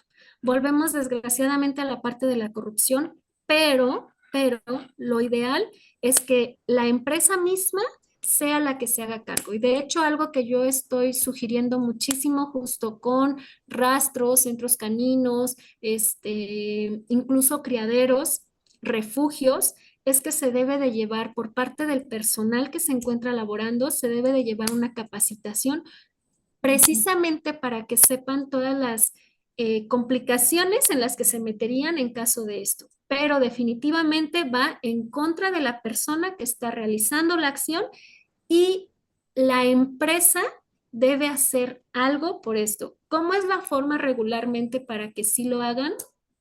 Les voy a ser honesta, generalmente se va primero hacia la empresa para que la empresa se lava las manos, se deslinda y dice, no, no, no, fue monito, fue sutanito, entonces vente para acá y vamos a trabajar directamente con él, ¿no? Casi que te lo ponen en bandeja de plata, porque pues obviamente a la empresa no le conviene estar quemada por situaciones de esta índole. Ok. Dice, muchos médicos comentan que los animales en realidad solo sienten las emociones. ¿De qué modo ellos procesan los sentimientos? Ay, pues es que tenemos también un sistema nervioso central, empezando por ahí. Acuérdense que yo les comentaba, cuando estamos hablando de los derechos de los animales, se habla de seres sintientes, seres que sienten. Los animalistas o toda esta gente filósofa que ha conseguido llegar al proteccionismo, que ha buscado el proteccionismo de los animales, si bien es cierto que habla un tanto de la parte del sentimiento, ¿no? De este amor y de estas, pues sí, ya hablar de sentimientos como los conocemos nosotros como humanos, la realidad es que acordémonos que finalmente en el derecho se requiere de algo científico. Entonces, la forma en conseguir esto es, los animales sienten dolor. Por eso se les llama seres sintientes, que sienten dolor. Y esta parte se ve a través del sistema nervioso central. Ojo, y yo insisto, de hecho, sí se ha comprobado, y nosotros sabemos que se ha comprobado con diferentes animales, diferentes especies, estas emociones efectivamente como son alegría, enojo. O sea, Ujú. sí se ha podido comprobar cómo a través de todos estos análisis directamente a lo que es cerebro, se han hecho todos estos estudios. Han sido algunos estudios bastante ay, feos, la verdad, porque en su momento se llevaron a cabo Ujú. con grandes homínidos y abriendo, literal, abriendo cavidad cefálica, ¿no? Entonces, pero se tienen muchísimos estudios y también se han hecho ya estudios con diferentes mamíferos en los que, bueno, hay una cognición y no solo mamíferos, incluso algunos animales, como por ejemplo en el pulpo también se ha encontrado una cognición. Entonces, sí hay ya muchos estudios y se han hecho estudios en otras especies que son invertebradas en los que no se ha encontrado esta, esta afectación directa de sentir dolor. Entonces, ahí hay un tema bastante interesante y profundo, pero actualmente al menos se va a considerar de esa manera, ¿no? Muchas gracias, doctora. Dice, ¿se puede llegar a sancionar u obligar a evitar los criaderos en México? No, pero sí se puede regular los criaderos, que de hecho es lo que se debe hacer. Miren, la Constitución nos habla justamente de estos derechos que tenemos las personas en cuanto a nuestro modo de vida. Ujú. Entonces, no se les puede quitar a los criaderos así como así a todos sus animales y cerrarlos y ya, porque es su modo de vida. Pero siempre y cuando este modo de vida no esté afectando a los animales, porque finalmente ya se encuentran como un bien jurídico tutelado. Ahora, otra causa por las que no se pueden cerrar o no se deben cerrar es porque finalmente estamos hablando de compraventa de animales y esta compraventa también se realiza con animales de producción. Tenemos esta parte de los cárnicos, entonces, pues sí, finalmente la compraventa de animales sigue estando regulada y hay normas oficiales mexicanas que regulan la compraventa de los animales, incluyendo de animales que son para, ¿cómo se llama? Animales de compañía, ¿ok? Que van como animales de compañía. Todo esto está regulado. Dice, ¿cómo podemos contribuir, perdón, como estudiantes de medicina veterinaria y zootecnia, ¿cómo podemos contribuir al bienestar animal? Uy, de muchas formas, muchachos. Primero que nada, yo siempre les digo, ya tienes este conocimiento, tu obligación es reproducirlo. O Ujú. sea, Para empezar, reproduciendo lo que ya sabes. Segunda, como médicos veterinarios y como estudiantes de medicina veterinaria, en muchos momentos podemos llegar a generar malestares en los animales. Ojo, ojo, las prácticas se tienen contempladas en esta norma oficial mexicana que nos habla de la experimentación con animales dentro de las facultades. ¿Cuándo es? Cuando no se permite, por ejemplo, salir de los lineamientos que ya se tienen establecidos en nuestras propias prácticas. Eso sí, cuando Ujú.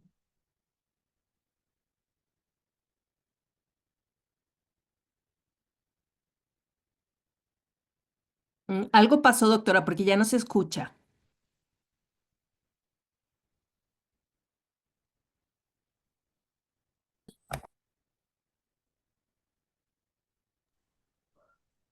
no sé si ahí ya me... Sí, allí ya. Ya, ah, perfecto. Es que Sí. les digo que tengo problemas yo con la tecnología, no me quiere la tecnología. Yo nomás con los animales. Bueno, les decía que como estudiantes es muchísimo, realmente, y yo creo que lo principal sería reproducir todo lo que tenemos ya de conocimiento en cuanto a bienestar y protección a los animales, pero además dentro de nuestras propias prácticas. El hecho de llevar los lineamientos acorde a cómo nos van manejando las instituciones. Les voy a poner un ejemplo. Cuando yo estaba en la facultad, hace unos pocos ayeres, lo malo es que ya dijeron cuándo, pero hace unos pocos ayeres, se hacían estas cirugías hacia los animales. ¿Cómo podemos contribuir? Pues no haciendo las graciosadas que en algún momento llevó incluso a Ujú, algunos compañeros a que los ujú, reprobaran, ujú, que era estar jugando con el cuerpo de los animales, aun cuando estaba anestesiado, estarles picando, estarles generando lesiones, aun cuando estén bajo anestesia. Eso, por supuesto, que va a ayudar a contribuir. ¿Cómo? Haciendo correctamente las cosas, no brincando lineamientos. Ujú. ujú. Muchas gracias. Bueno, le voy a juntar dos. Una dice, en el caso de los animales callejeros, considera que es mejor que vivan en condiciones vulnerables y sabiendo que no van a conseguir los cuidados médicos pertinentes y un hogar permanente, u optar por dormirlos. Y yo creo que se puede juntar con esta otra. ¿Cómo balanceamos los derechos de los animales callejeros con las necesidades humanas en espacios públicos? ¡Ay, buenísimas! Buenísimas y ambas dan para una charla completa. Am, Voy a dejarlo en lo siguiente. Yo aprendí algo en la veterinaria forense y es que cada caso se lleva en particular. No podemos generalizar, debemos tomar cada caso en particular. Vamos a analizar, hablando de este pequeño que se encuentre en situación de calle. Si bien es cierto, como dicen muchos, pero es que están en situación de calle por culpa del humano, pues sí, pero finalmente está en situación de calle generando zoonosis, Ujú, generando problemáticas y que además se está exponiendo, como bien dicen, se está exponiendo a ser maltratado, a ser lesionado o a muchas situaciones, ¿no? Entonces, cada caso en particular. Hay algunos animales en situación de calle que permiten esta introducción a una vivienda, ¿no? Que se logran acoplar a estar con una familia. Ojo, dije acoplar, esto implica que hay un trabajo de por medio, un trabajo etológico. Mm, que se tienen que retirar los animales que están en situación de calle, yo creo que sí, justamente pensando en la salud pública. Que se tienen muchas consideraciones, se maneja muchísimo de Europa, ¿no? Que dicen, es que están, por ejemplo, los animales, ay, ¿cómo les llaman? Comunitarios. ¿Quiénes son los animales ujú, comunitarios? Estos perros, gatos que ya son de esa comunidad, de esa colonia, de esa calle, y todos los quieren, y entonces entre todos los desparasitan, vacunan, esterilizan. Pero, pero hay que tener los pies en la tierra ujú. y hay que recordar y analizar cómo fue la historia de ese país. Y resulta que primero hubo muchísimo rifle sanitario, muchísimo. Y después, ahora sí, llegaron a lo que están actualmente. pero primero hicieron una limpieza. Y suena horrible, lo sé, pero es una realidad. ¿Qué se debe de hacer? Pues buscar cuáles serían las opciones idóneas para cada uno de los animales. Y yo insisto, se tiene que ver cada caso particularmente. Muy bien. ¿Hay especies que enfrenten más desafíos con respecto a su bienestar? Si es así, ¿cuáles son? Uy, especies que enfrentan más desafíos en cuanto a su bienestar.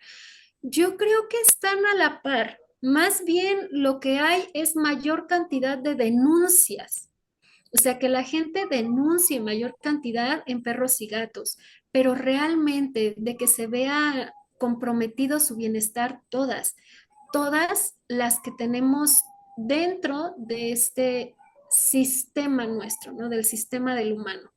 Y creo que ahí entrarían hasta las especies silvestres, porque finalmente se ven protegidas o desprotegidas a Ujú. partir de este índole político que nosotros le damos, ¿no? Entonces, yo diría que todas están por igual. Ok. En el caso de querer presentar una denuncia, ¿la gente puede encontrar o informarse en Internet la manera correcta de hacerlo o los pasos a seguir? ¿O sería importante realizar conferencias, pláticas para informar a la gente de los procesos correctos? Yo les digo que me inviten a dar más y con mucho gusto les enseño cómo hacemos esto, nada más porque los tiempos no dan, pero es que es importantísimo considerar cómo se llevan a cabo las denuncias. Creo que se tiene que dar más información, se tienen que generar más charlas y yo encantada, si alguien quiere que lo hagamos en su comunidad, nuevamente por aquí, por la universidad, con Proplan, adelante. Yo creo que es importantísimo. Y sí implica también 2 horas de Ujú. aprender a realizar estas denuncias, quejas, querellas. Ujú. En aquellos casos donde existe negligencia por parte de las autoridades y no se pena correctamente a la persona, a pesar de haber las pruebas necesarias y que la denuncia ha sido presentada como se debe, ¿hay algo más que podamos hacer al respecto? Sería analizar primero el caso y a la persona que pregunta eso me pongo completamente a sus órdenes. Ahí están mis datos en pantalla para que mejor se comunique directamente conmigo, porque también ahí va a ser cada caso particular. Entonces se tendría que analizar qué es el caso, cómo va el caso, en qué punto va, si ya se dio cierre o si aún no se da cierre. O sea, sí tenemos que ver en qué parte ahora sí del procedimiento está ese caso particular y qué es lo que está sucediendo alrededor. Entonces ahí sí les pido de favor se comuniquen directo para poder analizar su caso específico. Muchas gracias. A mí me gustaría preguntarle, ¿qué opina de lo que pasó con los animales de los circos? Ay, Bueno, o con la gente de los circos también, porque la verdad a veces, bueno, me ha tocado ver qué tipo de espectáculos hay ahora en los circos y honestamente a veces da pena por la gente, porque yo sí creo que los animales eran una parte, pues, fundamental del espectáculo circense. Pero bueno, ¿usted qué opina? ahora sí me voy a meter mood completamente yo y dejando un poquito lo objetivo, ¿no? En este momento paso a subjetivamente, aunque también con basándome en ciencia y basándome en lo que me ha tocado vivir. Justamente a partir de todas estas situaciones es que yo creo y tengo la firme convicción de que debemos llevar este conocimiento a todos. Yo les digo que esto se tiene que hacer conciencia, a partir de la ciencia generar conciencia, porque justamente esta acción o esto que hicieron con los circos, que fue algo político Ujú, completamente, ujú. fue acoger a cierto grupo nada más para decirle, sí, vente chiquito, pero vota por mí. Y no se pensó en la ciencia, no se habló a los científicos Ujú. adecuados. Afortunadamente ya hay más veterinarios involucrados en todo lo que son las leyes, que quieren meterse en esta parte, pero sí se hizo muy al ahí se va, yo les digo, creo que en un juego es importante poner las cartas primero, ¿no? Poner las reglas del juego y decir cómo se va a llevar a cabo. Creo que en esta parte de los circos también considero que era algo interesante e importante porque permitía generar esta empatía de la gente que nunca iba a poder estar en contacto con un animal, generar esta empatía hacia los animales, generar este amor hacia los animales, pero lógicamente sí hay formas, ¿no? Entonces ahí es donde digo que las cartas o las reglas del juego, porque bueno, creo que hubieran podido modificar más bien el cómo se iban a estar llevando a cabo estos actos, quiénes tenían que ir dentro de un circo si tenían animales, que si el médico veterinario, que si el etólogo, cómo iban a hacer las modificaciones para los entrenamientos, cómo iban a hacer las modificaciones tal vez en el entorno de los animales, porque finalmente sabemos que estos animales jamás iban a poder ser reinsertados en algún hábitat natural. Eran ya generaciones que estaban ahí, ya iban generaciones que estaban ahí. Además de que muchos circos, de verdad, los trataban mejor que a mí en casa. O sea, realmente los tenían mega consentidos. Y algo, les voy a contar una experiencia que tuve, digo, para cerrar esta pregunta que me hace. Me tocó ir a un circo, justamente estaban siendo denunciados por maltrato, porque bueno, ya sabemos que actualmente sí pueden estar animales en los circos, pero como tipo exhibición, no haciendo algún acto, ¿no? No actuando, no, pero sí como en tipo exhibición, en su momento se les permitió esto justo porque llegaron a una cantidad enorme de animales que jamás se iba a poder llevar a diferentes lugares donde los aceptaban, estos supuestos santuarios, a los zoológicos, etcétera. Entonces, fueron muriendo muchos, fueron matando otros tantos, ¿no? Se hizo la eutanasia de enorme cantidad de animales porque ya no cabían. Así es que, ¿qué es lo que pasó? Les digo, me tocó llegar a un circo en donde ya les permitían tener a los animales como de resguardo, pero sin hacer exhibición de, no sé, alguna faramaña con ellos.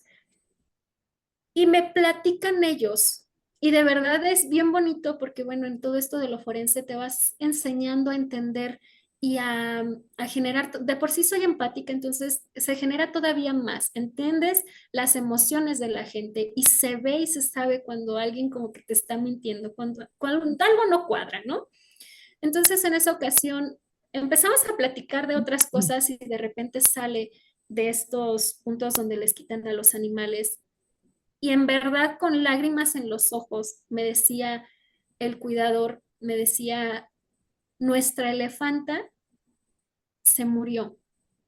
Y se murió porque la gente que vino a quitarnos a los animales no supo cuidarla. Llevaba ya 3 generaciones, era la cuarta generación de personas, de humanos que pasaban con ella, cuidándola. Ujú. Ya la elefanta pues era grande, ¿no? Ya Sí. estaba bastante grande de edad, pero entonces para poder cuidarla le tenían que hacer un alimento especial, le revolvían el alimento, o sea, ellos tenían incluso contratados nutriólogos y un entrenador específico para cada animal. Entonces el entrenador del elefante, él me contaba cómo fue la transición de cuando sí efectivamente les daban con el fuete y era a base de golpes entrenarlos y que de repente llega una persona con todo distinto y les dice, yo te puedo entrenar a tu animal sin necesidad de eso. Y dice, yo lo veía como le pelaba manzanas y estaba ahí, o sea, con mucha paciencia, con un montón de, ahora sí, de premios y demás, consiguen hacer que la elefanta siguiera el show, ¿no? Y le modifican el show y súper bonito. Y él, cuando decía estas cosas, como que se acordaba porque él contaba que estaba pues chico cuando sucedió eso. Dice, entonces llegan, nos quitan a los animales y les decimos, a esta no, o déjenos ir a alimentarla donde las tengan. Y dijeron los que se los quitaron, no. O sea, fue un no rotundo, no hay forma. Entonces cuenta él cómo pasó 10 días y les avisan que el elefante había muerto. Dice, pues era obvio, necesitaba una Ujú. alimentación especial, estaba acostumbrada a nosotros, Ujú. nosotros como médicos sabemos que de hecho sí se genera este amor entre, bueno, no amor, sino le voy a decir, am, Vínculo. este vínculo, ajá, gracias, se genera este vínculo con los animales y el humano, ¿no? O sea, el humano sí puede sentir todo lo que quieras, o sea, sí se genera estas emociones y demás, pero además el elefante también generó un vínculo con el humano. Entonces, pues teníamos todos deprimidos a los humanos, pero además también cayó en depresión la elefanta y entre depresión y mala alimentación, porque requería cuidados especiales, falleció. Y nos dijo que no solo fue esa, sino varios. Entonces, pues yo creo que en general en las leyes, y yo insisto, ahorita es lo que estoy buscando mucho, se debe de meter la ciencia. Y me queda muy claro a partir de esa historia que me tocó presenciar. Muchísimas gracias, doctora. Ya se nos acabó el tiempo. Qué bueno que hicieron muchas preguntas y aprovecharon la oportunidad de aprender un poco más. Entonces le voy a leer la constancia de agradecimiento. Dice, la Universidad Autónoma de Aguascalientes, a través del Centro de Ciencias Agropecuarias, otorga el presente reconocimiento a la maestra en ciencias, Sara Patricia Chaboya Morales, por la impartición de la ponencia Bienestar y Protección a los Animales en la Actualidad en el marco del octavo Congreso Virtual del Centro de Ciencias Agropecuarias, Aguascalientes, México, a 11 de diciembre de 2024 y firma nuestro señor decano, el doctor Luis Fernando Cisneros Guzmán, y nuestro coordinador de la carrera, el maestro Gerardo Segura Bernal. Le mandamos un abrazo, doctora, y muchísimas gracias por este tiempo que nos regaló. No, al contrario, muchas gracias y quedo a la orden. Muchísimas gracias. Muchachos, buenos días, que sigan, que acaben pronto los exámenes. Hasta luego.